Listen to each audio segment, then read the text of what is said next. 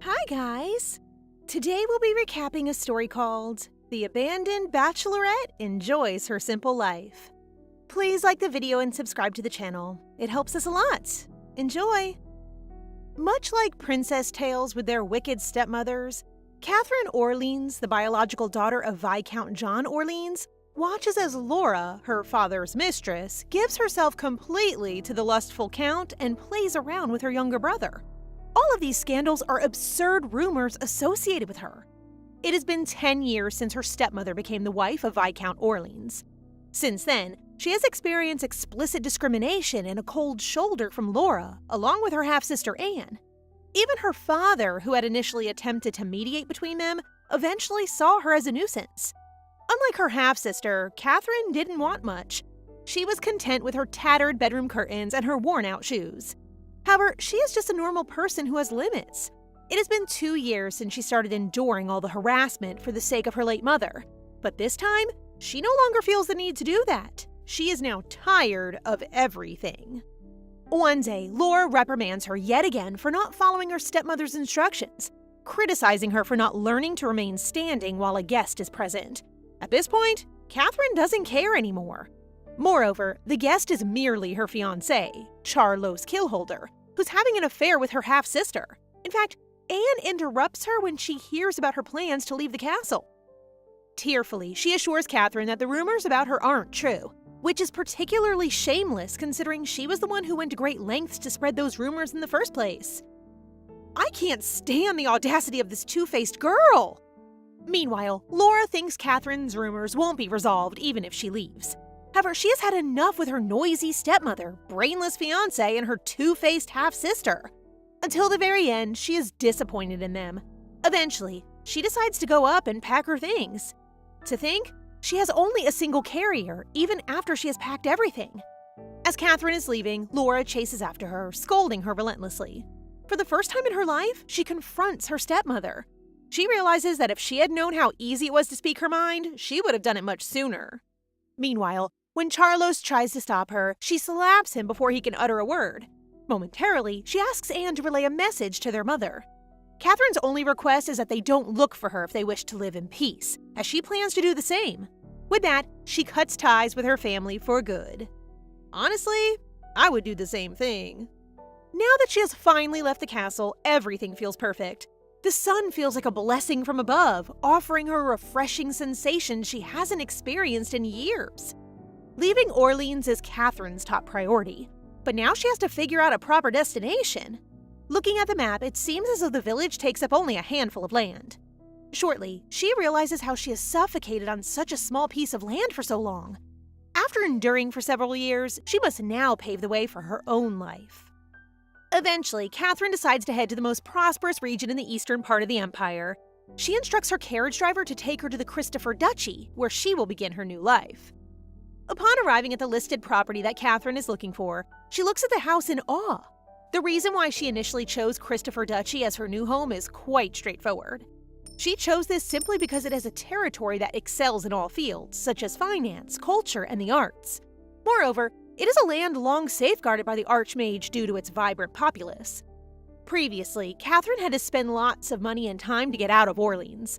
She even wasted some more due to a sudden change in destination. She left the Orleans name behind and went by her mother's maiden name, Panya. Surprisingly, she threw away her old bank account under Catherine Orleans. Because of this, the coachman pitied her and took care of her situation, so she was able to avoid a crisis. Then, good news arrived while she was living off selling her belongings. It had been about a month since she started living at a motel. It was her lucky day as she had found a good property near the outskirts. Now, she is visiting the property that she previously found. The house is really big compared to the price. Indeed, the mansion is the largest residential building in the northern part of Christopher's territory. Moreover, the view is nice and the port is close by. It's a great place to look at the ocean. Then why is it so cheap though? No matter how much Catherine thinks about it, there is no way a building like this will be for sale at this price without anything in return. She tries to find a problem, but the realtor assures her that everything is fine. However, she remains unconvinced, sensing a significant issue that he is hesitant to disclose. With that, she decides to nullify the contract. She doesn't trust her, so viewing it is enough. After all, there are too many aspects that don't align with her desires. As a result, she resolves to look for a suitable house in the vicinity. Momentarily, the realtor tells her everything truthfully. Frankly, the mansion has a ghost living in it in the basement. During the full moon, there are screams and noises of a girl crying. Regardless of whether the rumors are true or not, within 2 years, 4 contracts have been canceled. After finding out the truth, Catherine decides to sign the contract, which surprises the realtor. Admittedly, she has no friends, so she's been lonely lately. After hearing about the ghosts, at least she won't be bored. The mansion suits her well. Later that night, she immediately stays in the mansion and decides to start cleaning. Although she's glad that she has a new home now, it's too dirty and there's a lot of cleaning to do. By the way, there are also a lot of rooms in the house. Momentarily, Catherine reminds herself to be patient. She's in heaven compared to Orleans anyway. Later on, she goes down to the basement to search for candles, knowing it will be some time before the electricity is connected. Despite remembering the tales of ghosts in the basement, she remains unfazed. Upon opening the door, she discovers something unexpected. Oh no, I hope it's not something dangerous. Catherine finds it unusual that there's a light coming from the basement of an empty house. Once inside, she notices a magic circle on the floor. Rather than being alarmed, she simply views it as a mess and begins to clean it up.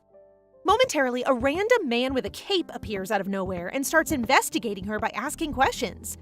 His appearance seems unrealistic since he has distorted violet pupils and skin as white as porcelain. Despite being creeped out by his sudden appearance, Catherine instructs him to clean up the mess on the floor. She is now quite irritated by his intrusion into her space. Meanwhile, the man thinks that she's being too obvious by acting clueless, doubting her true intentions for being in the mansion. Fortunately, his mood today is not too bad, so he decides to spare her life if she speaks obediently. Shortly after, Catherine recalls her mother's warning to never go near an outside wizard. With that, she realizes that the man is a wizard. He proceeds to question her intentions, clearly misunderstanding the situation. However, she refuses to show fear and responds coldly. Contrary to him, her mood is stale, with her only goal being to clean up the large mess on the floor. She then tells him to quit making himself at home in someone else's house and either leave or help her clean up this mess. Moreover, she threatens to report him for intruding or attempted murder. That's right, girl! Show him who's the boss and stand your ground. With that being said, Catherine shows him the contract as proof that she is the owner of the estate. This means that the land, building, basement, and even the sky are her properties. This takes the man by surprise. Upon realizing that she's the owner of this place, he immediately apologizes for unsettling her. He then decides to put an end to their unpleasant interaction right away. Before he leaves, Catherine asks him to leave the light behind since she doesn't have a candle. From that day forward, everything proceeded relatively peacefully. The biggest worry is the magic circle in the basement, which eventually stopped glowing and seemingly finished its duty. Thanks to that, she's able to focus all her attention on cleaning the estate. Since the place is so huge, it took her days to clean everything. Now she is enjoying a rare period of rest that she was unable to have before. Indeed, nothing compares to enjoying some alone time as she relishes her cup of tea. However, this peace is disrupted when the man returns and interrupts her. What is he doing in her place again? Upon arriving at Catherine's house, the man interrogates her once again. He asks if she hears any strange or frightening noises at night, and if she has experienced any unusual auditory hallucinations or felt the mansion shaking. Luckily, she hasn't encountered any of the occurrences he mentioned during her time in the mansion, including nightmares. Earlier, when she was boiling water for tea, the man suddenly appeared. Despite her asking when, where, and how he came inside, he just sat down without responding. Now he continues to ask nothing but weird questions. Since he's bothering her so much, he suggests she consider buying another mansion. However, Catherine doesn't wish to move out. Although she was also previously warned by the real estate agent about the ghost in the mansion, she still bought it. There haven't been any problems for her anyway. Unlike their first meeting, the man gives off a high-class aura of nobility this time. For some reason, it's hard for her to look him in the eyes. Shortly after, she insists that he leave after questioning her, warning him that she will report him for trespassing if he doesn't comply right away. However, he hesitates over her request, but eventually decides to conclude their interaction for the day, asserting his authority, which upsets her. In the end, she chooses to let him go this time, but firmly reminds him that there won't be a next time. Before he leaves, he hands her 100 lei as payment for the tea. Surprisingly, this amount of money can hire 6 housemaids for a whole month. It has been 5 days since the man left the money for Catherine. Today, she decides to go to the market and buy ingredients for stew with her own money. Soon after, she notices a crowd gathering around the notice board. Upon closer inspection, she realizes that Grand Duke Cesare, who has returned after a 2-year imperial mission, bears a striking resemblance to the man who trespassed into her house. Funny how she thinks that the intruder is much better looking than the Duke, though. Momentarily, Mel Ferbace, the head of security for Northern Christopher, approaches her. He then initiates a conversation about the Duke's mission, which is to bring the evil dragon Guarsharop to justice. The Guarsharop is the owner of the southern mountains of the Empire, and Duke Cesare is the only magician exceptional enough to rival the Imperial Highness. However, no matter how evil the dragon may be, it was no match. Furthermore, the Duke is credited with ensuring the citizens' freedom to travel safely at night in Christopher. He has the capability of stopping the vicious dragon alone, which burned a small kingdom in the southern part of the Empire and swallowed the whole royal family. Shortly after, Catherine realizes that she was previously trying to get the Duke to wipe the floors of her basement, which makes her guilty. If only she had known that he's the Duke, she would have suppressed her anger and let him off gently. Afterward, she returns to her house and feeds the kitten she found in the garden. While talking to the kitten, a large beast suddenly crashes into her house, finding the intruder inside as well. What in the world is happening now? As the huge monster attempts to attack the intruder, he successfully brings it down in the end. Shortly after, Catherine approaches the man as she screams in fear. He tries to calm her down after showing the monster goat's head, assuring her that everything is fine now. The moment she wails about the painstaking effort she put into cleaning the house, everything miraculously returns to its pristine state. Now, the house is back to how it was before without a single scratch. With that, the intruder's magic reminds her of the great magician, Duke Cesare. Despite bearing a resemblance to him, he firmly denies being the Duke when she questions him about it. However, Catherine refuses to believe him. One thing she's certain of is that there's nothing good about being associated with this man. Thus, she returns his money and firmly requests that he never return to her house again. Meanwhile, the man cannot believe that she remains in this mansion even after all the chaos. He even suggests using the money to buy a new house, but she has no intention of leaving her place. Shortly, he warns her that if she dies, she won't be able to open her mouth, let alone report him. His true identity begins to reveal itself as his ominous aura resurfaces. As Catherine's mother once warned, individuals with immense magical powers can be identified by the color of their eyes. Among these, purple eyes are considered the most dangerous, making it crucial for her to be careful around this intruder. As she witnessed earlier, there are hideous, non-humanoid monsters who desire this mansion, particularly the land it stands upon. To reiterate, anything can happen at any time, like what happened today. In the future, it could be Catherine's life at stake rather than just the mansion. This warning advice is the intruder's best attempt to persuade her, providing more money to make her reconsider her choices. After his last words, he suddenly disappears, leaving 1,000 lays behind. It probably means he wants her to stop bothering him and just leave. Now that Catherine knows the true identity of this man, she doesn't know what kind of miserable situation she will be in if she keeps persisting. While cleaning the library, she eventually decides to leave the mansion. Oh my gosh, finally she's seeing the light! Shortly after, she discovers a portrait of her mother under the bookshelf. Overcome with emotion, she reflects on the time they spent together as the happiest period of her life. Catherine's mother meant everything to her. When she was with her, it felt like the entire world was hers, and she never feared anything. It has been 10 years since her mother went missing. She resented her for leaving her alone, but missed her unceasingly at the same time. Interestingly, the portrait of her mother remains in pristine condition, as if it were recently painted. This suggests her mother is still alive. Catherine then wonders why her mother's portrait is in this mansion and what connection she has to this place. Even now, after settling in with Christopher with much difficulty, a part of her heart still deeply misses her mother. Discovering evidence of her mother's presence in the mansion rekindles her hope that there may be more traces of her somewhere in the house. However, if another incident like the previous one occurs, Catherine can find herself in danger, as the intruder warned. Despite this, she ultimately decides to stay in the mansion until she finds more of her mother's traces. Nah, girl, I say get out of there quickly! 4 days have passed since the incident, and Catherine continues to find more traces of her mother. Along with Rose, the first maid she hired in the mansion, they keep looking at every corner of the property. The maid found most of the hidden things around the house. As expected from an old mansion, there are many secluded locations and unknown objects. One night, Rose nervously approaches Catherine in her room, indicating that the ghosts are making their presence known to her. She's scared to be alone. That's why she restrains her boss from going outside her room. However, Catherine reassures her that everything is fine, stating that this is her home and no one is allowed to enter without her permission. Moreover, she can't just sit back and watch things like this happen. Upon inspecting the house, she hears nothing except the sound of rain. When she goes to check the basement, she discovers the intruder outside her home, drenched in the rain. Catherine immediately approaches him, but he suddenly faints. She then brings him inside and warms him up. What is he even doing there in the first place? Shortly after, something darker than shadows unexpectedly appears and initiates a negotiation with her. This dark entity has appeared on and off since she was a child, to the point where she has almost forgotten about it. Now, she confronts it with determination, forcefully ejecting it. Her assertive words have a powerful effect, causing them to vanish afterward. Oh no, I'm pretty sure that thing wants the man. Afterward, Catherine drifts off to sleep on the couch, her mind filled with thoughts. Later that night, the intruder discovers her asleep and quietly carries her into her bedroom. Catherine awakens from a dream in which her mother learns about her husband's affair. In the dream, her mother instructs her younger self on how to punish wrongdoers, recalling an incident where she disciplined a maid involved with her husband.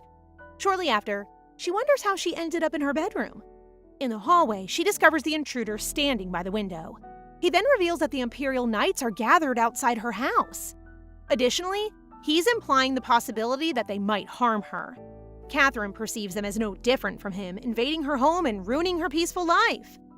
As she proceeds to get a shovel for self-defense against the Imperial Knights, the intruder quickly intervenes. Soon after, the two knights arrive at her door and declare that she must perish according to orders. Before they can move, the intruder swiftly attacks them, confronting them for intruding on Catherine. The knights quickly apologize, explaining that they're simply carrying out orders from the Emperor. Taken aback by Duke Caesare's unexpected appearance in the mansion, he clarifies that he's visiting his lover and may have disrupted all of their enjoyment. Meanwhile, Catherine reluctantly goes along with his actions, despite disliking them, because she sees them as potentially beneficial to her. So, the intruder is really the Duke, huh? The knights apologize for interrupting the Duke's time with his lover and then depart. Shortly after, he explains to her that this is his way of repaying the debt for rescuing him from nearly freezing to death. Later on, Catherine expresses gratitude to him for his assistance and intends to return his money. However, he declines and instead takes one of her books. She is surprised as he leans in close while taking the book, leaving her reluctantly agreeing with whatever he says. OMG, look at her blushing! When her maid informs her that Percival is passing by downtown after he fights and subdues a demon, she is shocked. She knows that Percival Benedict Pahain-Lehin comes from a royal family and is perceived as a hero of the Vatican. Catherine also thinks that he is such a sweet gentleman, which she assumes is a characteristic of a Marquess's family. She also perceived him as a crazy dog, reminding her of the time they were still together. She had been in love before, but she knew she couldn't be with him anymore. She also bet that Percival doesn't remember her at all. While she is walking with her cat, she looks at the garden and sees Damien complaining about being the one who has to pull out the weeds. However, she thinks it is still a way to save money by not hiring a gardener. When she pets the cat, she suddenly remembers that she's going to visit her mother and rushes to Cesare to get the painting of her mother. When she gets to Cesare's room, she immediately mops the magic circle to bring him back and get what she's looking for. After she meticulously mops the floor, he appears behind her. She immediately begs him to give back the book he borrowed. Cesare takes her hand, and in a blink of an eye, she is at his house. She immediately recognizes the place as belonging to Grand Duke Christopher. While she is deep in thought, Cesare calls her and hands over the book she's looking for. She feels a sense of relief when she still sees the picture of a lady. She asks Cesare who she is, but he doesn't know either and explains that she is someone she is looking for. On the other hand, Glenn comes into the room and tells Cesare that it is about the return of the paladins of the Vatican. Cesare is instantly furious about the paladins' behavior. Catherine concludes that he has a bad relationship with the Vatican. As Catherine decides to return to her mansion, her worry about Damien's garden antics become apparent. Her concern for the garden's order is almost endearing, and her reaction when she holds Cesare's hand reveals a delicate, fluttering emotion that hints at a deeper connection. He also advises that memorizing the title of her book is practical. Her reaction when she holds Cesare's hand is unexpectedly tender. There's clearly more to their relationship than meets the eye. However, Catherine's response takes the interaction to a whole new level. Her innocent yet daring question about how to call him when she needs him shocks Cesare, as if she's begging for her lover to stay. Despite her question, Cesare still asks if she truly needs him. He is concerned that Damien might run off during the night and do something to her, which she realizes means she can't keep erasing the magic circle to call him. He then hands her a key, telling her to use it if she needs him in times of danger. Back in her mansion, she continues to ponder how to use and keep the key safe. While she thinks about it, Rose rushes to her and informs her that the paladins of the Vatican are outside the mansion. Rose explains that the Vatican believes their house is a breeding ground for demons. Upon hearing this, she considers calling Cesare, but realizes she can't keep depending on him. She starts to devise a plan, including the possibility of Percival being among them. Looking around, she spots a bag. She grabs it and heads outside, using it to mask her identity. Meanwhile, Damien confronts the paladins, and their conversation grows intense. Shortly after, Catherine calls him, surprising him by using a bag as a mask to hide her identity. She asks what's going on, and he explains that Mel and the others are causing the commotion. "You're too funny, Catherine. Brown bag as a mask?" Mel discusses the magic circle in her basement and purifies the energy in the area. Catherine suspects these individuals are from the subjugation and have returned with Percival. She keeps the key in hand in case something happens. Meanwhile, another paladin notices the cat and deems it an evil follower. Catherine pretends Mel brought the cat, but Mel informs Carlos it's just an ordinary cat. When Damien can't stand Carlos's arrogance, their conversation escalates. Damien grabs Carlos by the hair, only for it to fall out. It was a wig! The cat laughs at Carlos, which makes Catherine wonder if Carlos is telling the truth. How can a cat laugh? Isn't it suspicious? As Carlos tries to harm the cat, Percival arrives and scolds him for making a fuss over something as trivial as a cat. He pats Carlos on the head and suggests they return to the hotel because he's hungry. However, Percival's attention shifts to Catherine since she somehow feels familiar. He corners her against a tree and asks for her name. Catherine recalls the alias she gave him and says, "Goat poop." Afterward, he walks away, warning her to be extra careful around Carlos. As he leaves, she thinks he's forgotten about her, but she soon realizes she's wrong. The next day, Rose and Catherine go to the market. Rose expresses a desire to see the paladin, so Catherine decides to leave her to enjoy her exploration. Moreover, the cat that Carlos perceives as the devil is kept at the mansion, and Mel doesn't care if the cat is truly disguised as a devil. Catherine remembered that a person must have contact with the devil for him to become the mage. While she's walking, the paladins of the Vatican arrive at the market. There, she sees Percival. She remembers the time they planned to run away, but she didn't show up. Catherine looks at Percival amidst the crowd, but when their eyes meet, she is shocked and unsure what to do. She starts running faster, and Percival chases after her. She hides against the wall of a building, but her surprise deepens when Damien suddenly grabs her. "You can't be running all your life, Catherine! You must face him!" Catherine asks Damien what he's doing, and he explains that he was supposed to buy herbicide, but the store owner left him to watch a procession. He notices Percival following her and assumes he's her secret lover. Damien adds that Percival is engaged to a very beautiful woman, who turns out to be Catherine herself. Catherine asks Damien if Percival is in love with the woman, and Damien confirms it. He questions why it matters to her and if Percival has harmed her in any way. Unwilling to discuss it, Catherine insists they return to the mansion. Shortly after, Catherine and Damien return to the mansion with the herbicide they bought.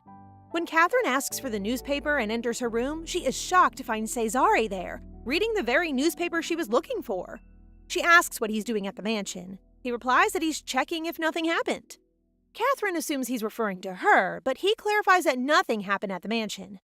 She reassures him that everything is fine, though Rose might find things difficult for a while.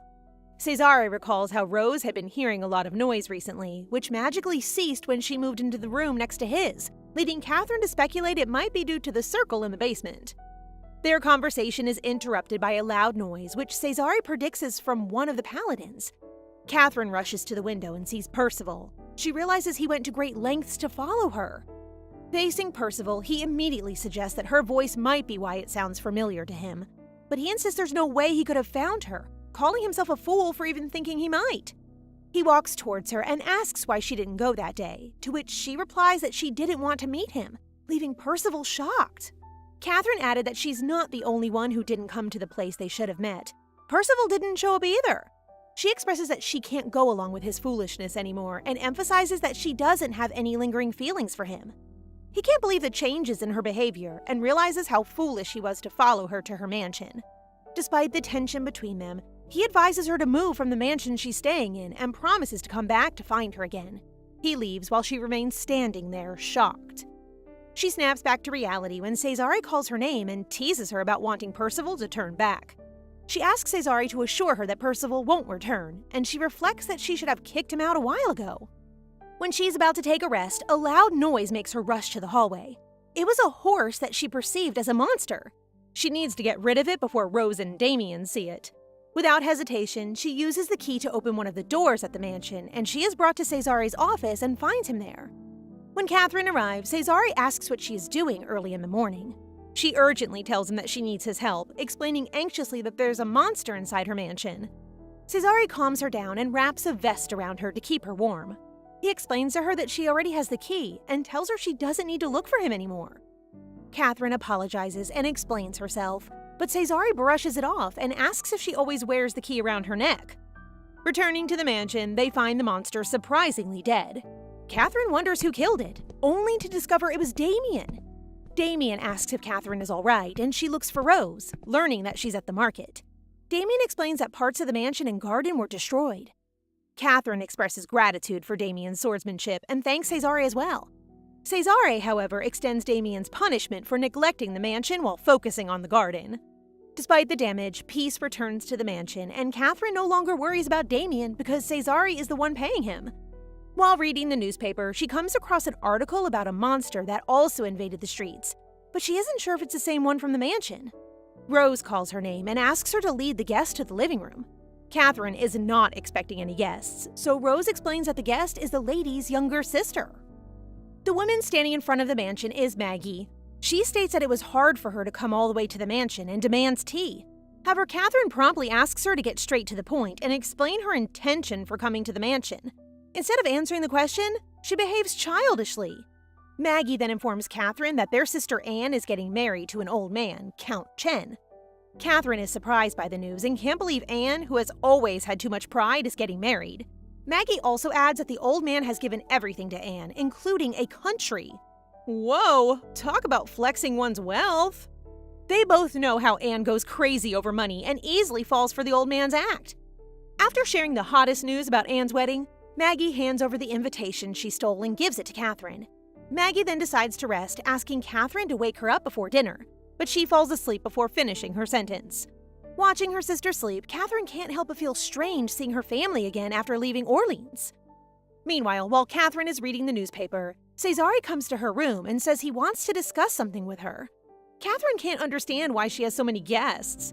Cesare asks for her imperial bank account details for Damien's salary. However, she suggests paying the salary in cash.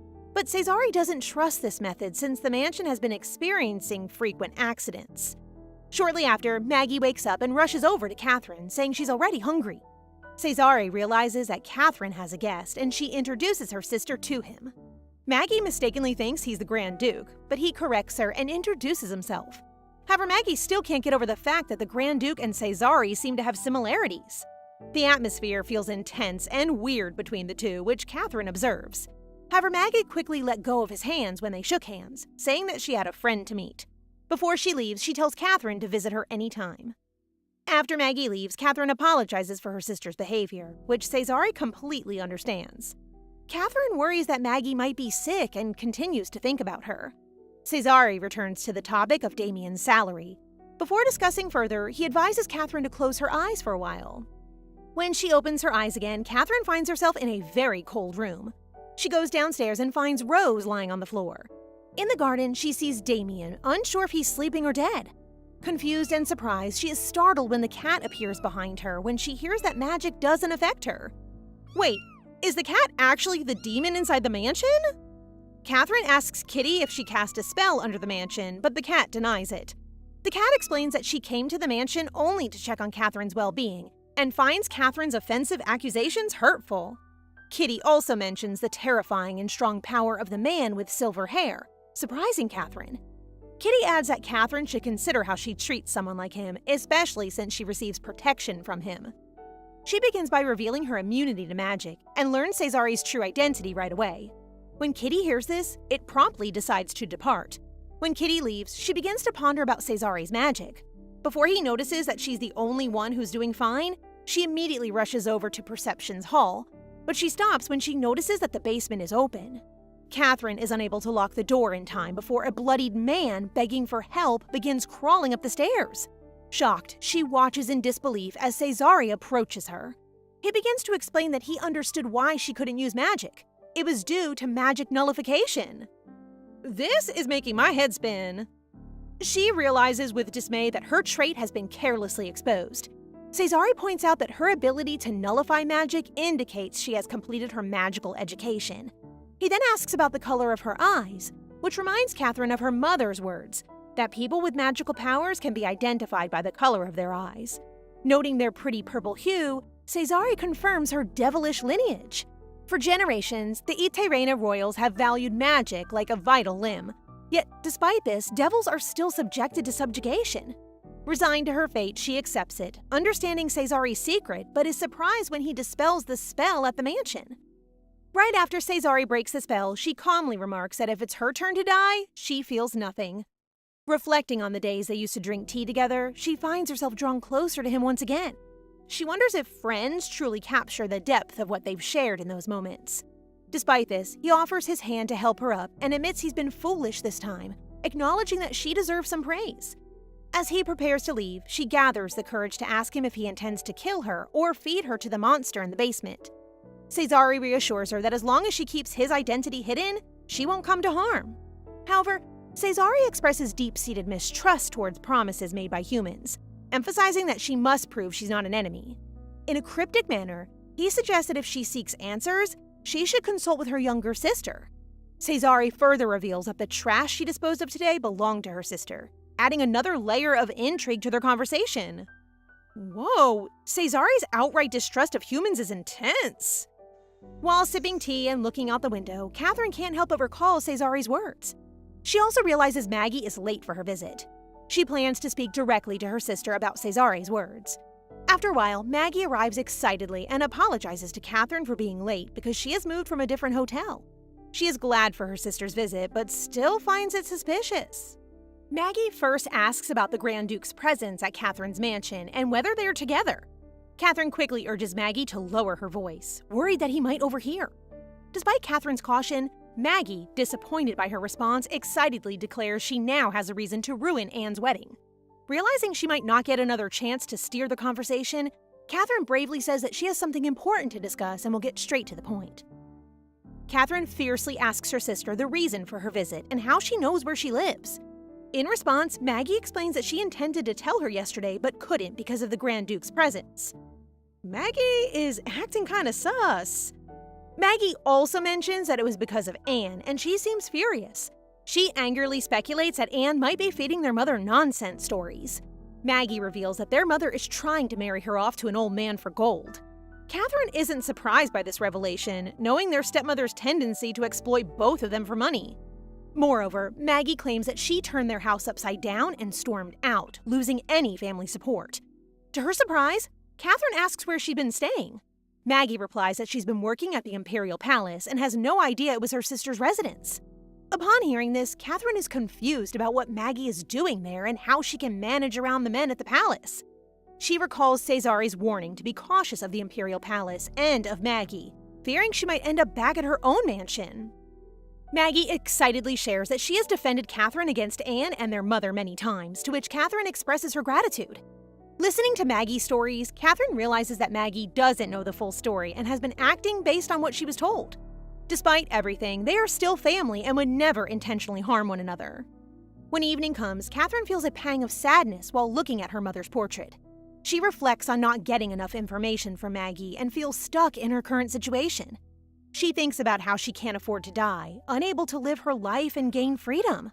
This leads her to consider making a contract with the devil, although she realizes that other methods of obtaining freedom might conflict with imperial law. Holding the key Cesari gave her, she unlocks one of the doors in her mansion and finds herself in his office. filled with determination to live a good life. Cesare stops reading and looks at her, acknowledging that he gave her time to think about it. He reassures her that she's all right with it and mentions that if she comes up with a better idea, he'll be willing to help. Catherine exclaims that she's already made up her mind to make a contract with Cesare. However, before proceeding, he has something important to tell her. He explains that merely making a contract with the devil wouldn't bring salvation. Instead, she could achieve salvation by living a memory from her past life through reincarnation. Cesare also warns Catherine about the suffering she would endure if she went through with the contract, sensing her apprehension. He gently holds her hand, guiding her to sit and offering peppermint tea, her favorite. He explains he knew her preference because she drank it every time. As they enjoy their tea, Catherine discusses the possibilities of reincarnation into different forms, whether a different human life, a plant, or an animal. Cesare patiently answers her questions about what it would mean to be reincarnated into something else. During their conversation, Catherine begins to realize Cesare is actually a kind-hearted person. She appreciates how thoughtful he is in reminding her of the implications of making a pact with the devil.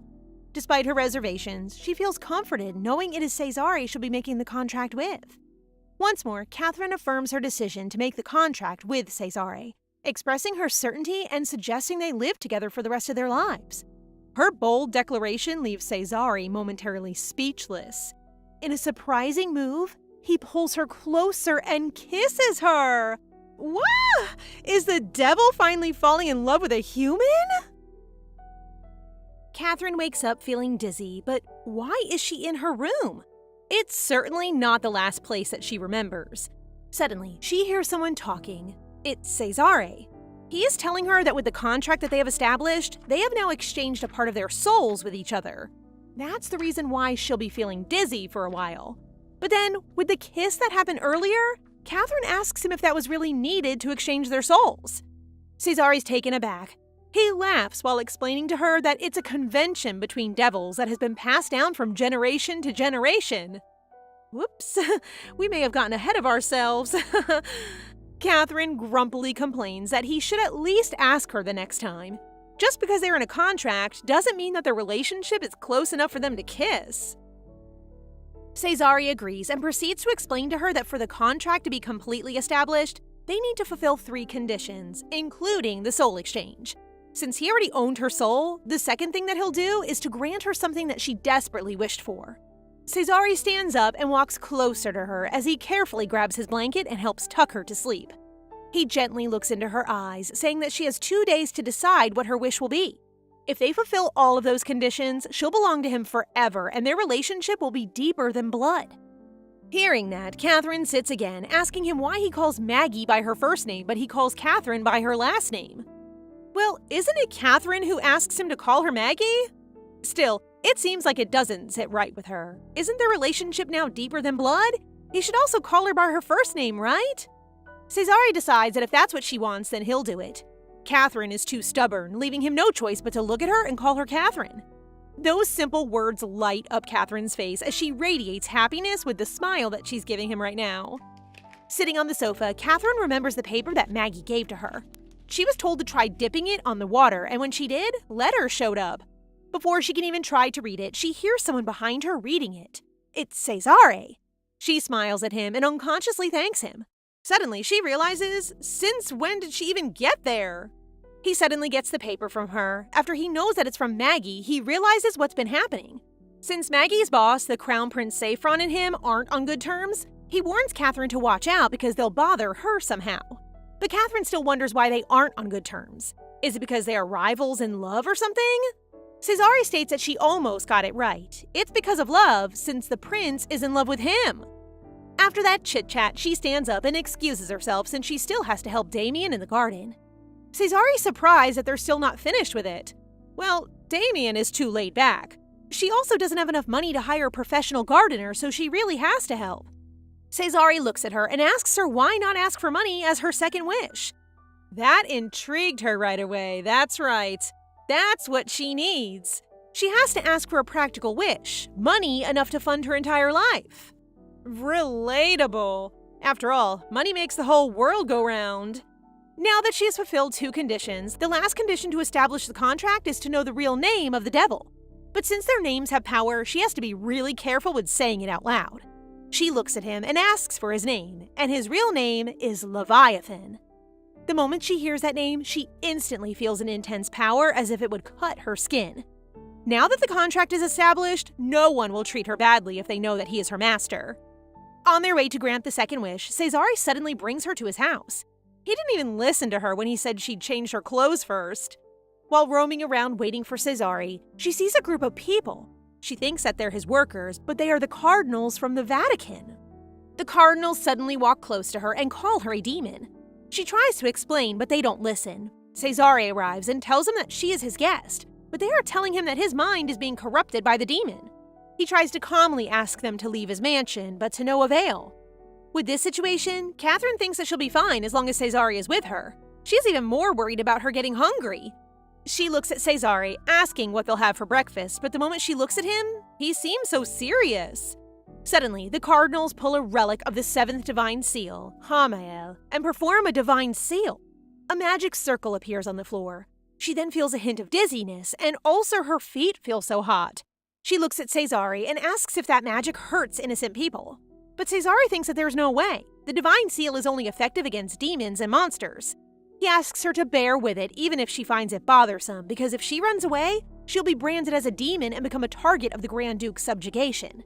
Catherine looks at him, and there's a hint of panic in her eyes. She wants to bear it, but she feels as if her souls are burning. The moment he hears that, he instantly casts a spell to get rid of the divine seal. Suddenly, a demon appears, which surprises the cardinals. He declares that they committed a crime for using magic on their land, and suddenly, the demon gets them and leaves. When they arrive at Catherine's house, Cesare immediately asks how her feet are and apologizes for what happened. But she assures him that it's okay and that the whole situation is out of control. He really didn't expect that they would suspect her as a demon. It's probably because of the abyss.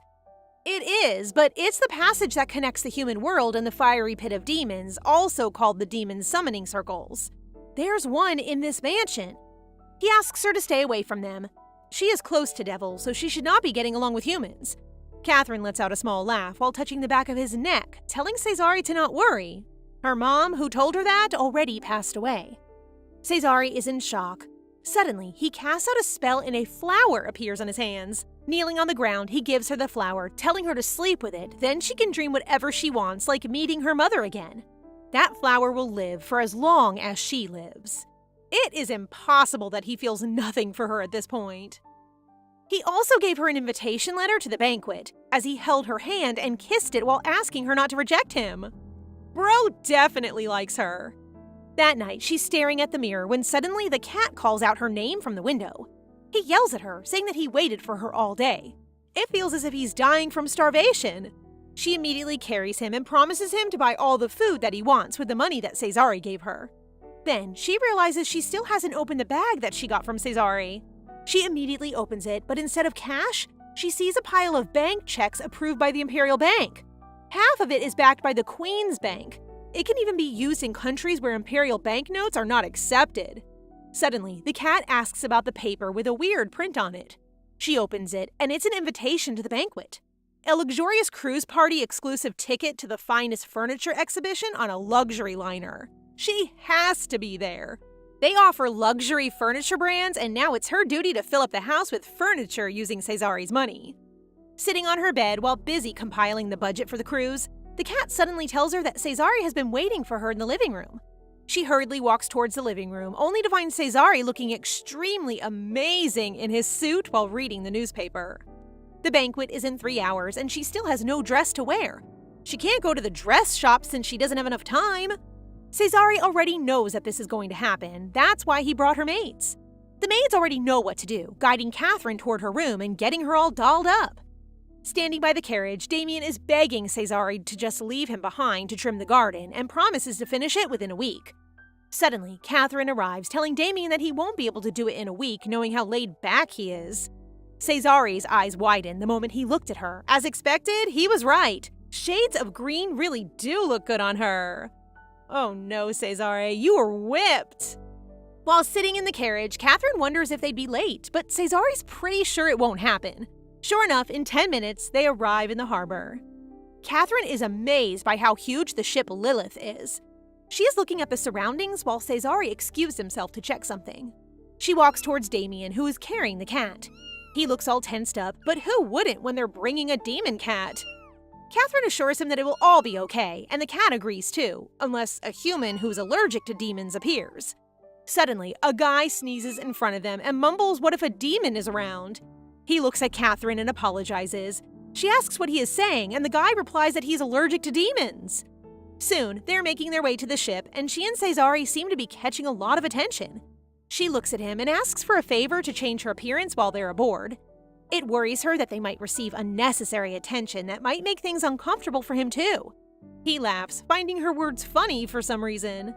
He comes closer, saying that he believes no one in the world can make her and him uncomfortable, as he holds her hand and gives Catherine a sweet smile, assuring her that there's nothing to worry about. She then can't hide her excitement.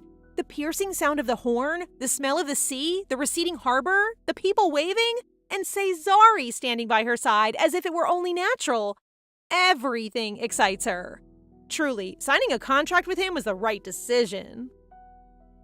Looking in the mirror, she doesn't even look like herself anymore, all because of the potion that she asked for. She asks him if she can also do that if she learns magic. Well, Cesare thinks that magic is a science that both requires talent and effort, but if her magic affinity is good, she might be able to learn magic if she tries. But she doesn't even need to try though, because she has him. He can do everything with his magic. When the trip is over, he can teach her how to tame the demon. All of a sudden, he puts a necklace around her neck. It's a royal pendant. Cesare thinks that it's better to give her that than cash, since it's something that is only given to someone whose status has been guaranteed and who owns private property by the Imperial Bank. Everything can be done with this pendant alone, even if you don't have cash or jewelry. In simple words, it's a portable bank check. Catherine couldn't be even more grateful to have it. She never thought that day would come that she'd own a royal pendant. She faces Cesare, who's about to leave, and asks what to tell people when they ask what their relationship is. He looks at her and tells her that she can say whatever she wants. She can be his everything. Girl, how can you be so dense? Looking at the sunset and feeling the wind, she's amazed by how nice the feeling is. She can't help but talk to her cat who's inside her bag when all of a sudden, a young man talks to her. He completely thought that she was talking to him, but quickly realized that she wasn't the moment he saw the look on her face. Catherine gets annoyed, wondering why it matters if she's talking to herself. She also called out how the man talks to her informally. The man seems taken aback and just laughs awkwardly. Well, he thought she was talking to him informally first, so he thought they might know each other. He immediately apologizes for offending her. Catherine's about to leave when the man suddenly asks her about the secrets surrounding her birth. She looks at him confused by what he said, but then he hands her a business card telling her that people like them can recognize each other. Later on, Damien immediately approaches her, worried that she left without him. If something happened to her, he wouldn't know how to face Cesare. Out of the blue, she asks him to tell her something about himself, in which he shares that he's an illegitimate child of Prince Chevok. Damien didn't have an easy life either. He shared stories that he hadn't told before, and there was also something that painted her. Suddenly, Cesare arrives to escort her to the party, in which she meets a lot of people, but there is one person that she didn't expect to see. Percival. Dancing in the middle of the crowd, Catherine hopes that Percival won't see her. She's doing this hoping that she won't attract his attention, but it seems like she's become the center of attention. The moment they finish dancing, Cesare kisses her hands and looks at her intently, telling her that he'll see her tonight. On their way to the room, Damien asks her how her relationship with Cesare started, when the Cesare that he knew is a very cold-hearted person who didn't know anything about romance. The only thing that she replies is that Cesare isn't a cold-hearted person. Besides, there's no use denying their relationship. Damien won't believe her anyway. She remembers seeing Percival and asks Damien why that person is here. It turns out that Percival's older brother is the owner of the ship, and most people that are here are from the Vatican. It's as if they walked straight into a lion's den. All of a sudden, someone calls Damien. Those are two Imperial Knights. They are mocking Damien for being someone's bodyguard. Damien tries to brush it off and escorts Catherine to her room, but then the guy shouts at them saying that Damien is selling his own body.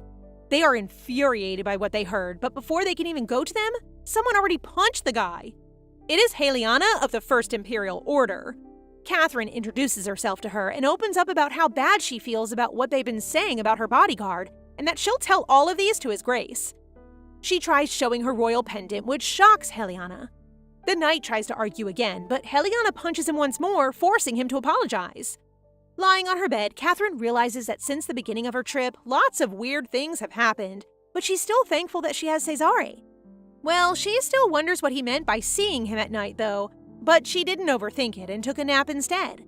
She opens her eyes. She wonders where she is. She's certainly not in the boat, and why is she seeing a dolphin? It feels as if she's being cradled by it, and it hits her. She's in the ocean. She feels strange, but then suddenly the dolphin talks to her, and that's when she realizes that it's Cesare, and he summons her to his dream. It turns out that she became a dolphin too. As they are swimming in the ocean, Cesare shares to her that he hears about what happened, and that he's proud that Catherine is using the gift that he gave her for a good deed. But the whole reason why he summoned her is to teach her magic. A hint of excitement flashes on her face, but sadly, he can't teach her now because it's time for her to wake up. Damien is exhausted. He didn't know that shopping can be exhausting. All he wants from Catherine is a nice, comfortable bed. Suddenly, Catherine stops when she sees a nice bed set. She walks towards it and plans to buy it when all of a sudden a man also says that he wants it. It's the strange man from yesterday, the one who wants to scam her. They argue about who will buy it as she sarcastically asks him if his mother owns the bed when suddenly the time stops and everyone in the room freezes. The man laughs, thinking that he asked her a similar question yesterday. He looks at her and asks if she ever thought that there might be a secret to her birth that she never knew. Suddenly, the man stands on the bed with his knife, and a dark shadow appears and forms as an enraged woman. The woman infuriated the man, but he just explained that it is time for her to make a pact with someone since the time was already coming. It turns out the woman is a Nephilim. Half human, half demon. If she doesn't make a pact by the time comes, she will be uncontrollable. The woman looks at Catherine and walks towards her, offering her to make a pact with her, not with Giovanni. So that's the name of the man, Giovanni. Catherine looks at the man, but he's nowhere to be found. It seems like she's trapped by this woman. She looks down, hoping that Cesare will appear, when suddenly someone appears in front of her. All she can see is the person's back, but she knows who it is. It's Cesare. He's always to the rescue. Best boy. The woman thanked Catherine for saving her life. That's because earlier Cesare asked Catherine if they should spare her life or not, in which Catherine told him to spare her. It is a kind act, but it can also be a danger for them if that Nephilim goes crazy. While sitting in the room, the woman can't express how thankful she is for Catherine and promises to protect her until they exit Lilith. While talking, a business card falls. It's Giovanni's business card. Giovanni Busperfiel still can't believe that he's that man. Busperfiel is an armed organization that fights for the human rights and freedoms of Nephilims. She asks the woman if she knows Giovanni, and a sudden shift of emotion is seen on her face. She tells Catherine to run away the moment she sees him. He's the type of guy who commits murder to achieve his goals. Later on, the moment Catherine sleeps, she is once again summoned to Cesare's dream, but this time they're seals. Throughout the dream, Catherine discovers why she wasn't able to do magic when she was little. Unlike most humans who can find their roots in fire, water, lightning, darkness, light, and wind, the root of her magic is transference. It's a root that doesn't manifest in humans, only in demons, but she isn't a demon because if she was, she wouldn't have made a pact with Cesare. Knowing all of that, Catherine is a bit disappointed since she has been waiting for that day. But then Cesare pats her, telling her not to be so disappointed since she is rushing it all up knowing that transference is so powerful. It'll be so dangerous. It is the same when the death of a Nephilim is referred to as a calamity. When they can't control their power, they can hurt people around them. He doesn't want that to happen to her. He holds her hand and asks her to keep her roots a secret between the two of them because there are zealots among the sorcerers and they might dissect her alive. The next morning, Catherine is eager to start her morning nicely. Not until the moment she gets out of her room and the very first person she sees is her ex, Percival. We'll stop here for today, guys. Yes, I know you want more. Don't forget to ask for the next part in the comment section. Thank you guys for watching and for your support. Please subscribe to the channel. It helps us a lot. Till the next one.